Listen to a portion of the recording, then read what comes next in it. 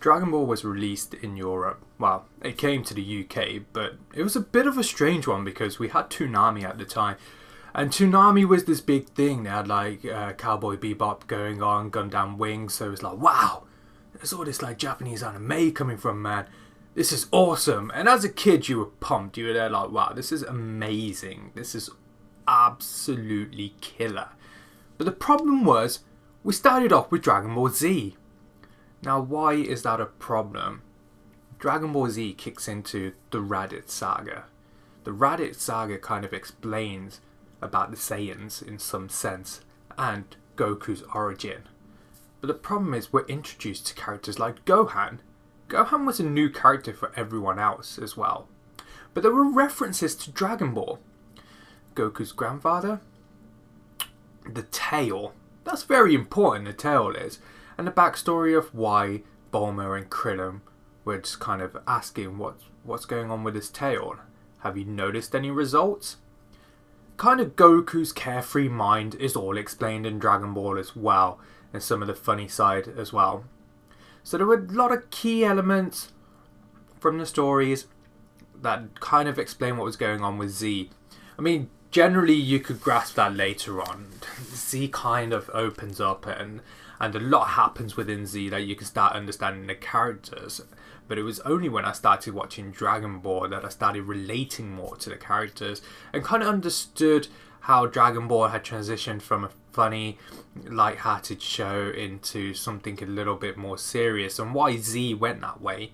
But I think with Z, because the way the anime had changed into more of a brutal fighting, action-packed series, it had us grabbed. It was a bit like, you know, Pokemon with like the flashy colours and things going on. There was so much going on with Z that we were glued. But generally what I think was disappointing for those people in the UK, because we didn't have the flashiness, but we had that lightheartedness with jokes going on from Dragon Ball. As people going into the series, it would have been in kind of like midpoint, so it wouldn't have made sense to us.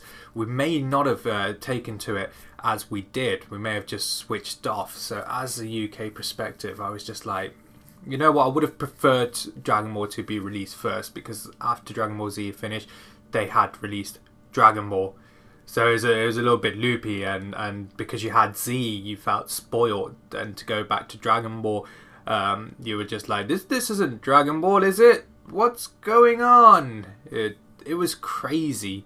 It was crazy how they did it. So they should have gone with Dragon Ball first, then Z, and then GT, just the way it was created and it was intended. At least it would have made a little bit more sense. But you know what? They probably know more than me, because Z took off massively and everyone really enjoyed Z. It was in that era where everyone was enjoying the rock music. The music was heavy of Z. The flashiness from like Pokemon and everything was like taking off massively. So yeah, okay, maybe Toonami knew what they were doing, but as I've grown older and as I've started looking back at it, I'm like, it was random. It was random throwing them in. It was, at the time as a kid, I probably didn't care because I was just so intrigued what was going on with all this hecticness. And then talking with friends at school, I was starting to understand the backstories. And with a little bit of internet knowledge that we had back then, we would kind of do researches and coming up with theories, because we were seeing a lot of images. We didn't know what the hell was going on. So we were probably spawning about 20,000 theories of what was going to happen. And who's this new character? Who's this? Who's that? Not realising that they were growing up and it's Ultimate Gohan, etc., etc. Because the internet wasn't that big back then. It really wasn't. And you were just kind of going off information off fan-made Yahoo geosites, pages that people have made. It's not like nowadays where you got Wikipedia and various other resources to go through, and the information is a lot better because everyone's a lot more tech savvy and a lot more into all this journalism. So, you know, back then it was a lot harder. So I can understand why it took off, because it really grasped the kids. But now I'm older and I'm wanting to know backstories and understanding where the characters came from, how the characters transformed from A to B. I'm just like, yeah, they just threw us in the deep end in the UK.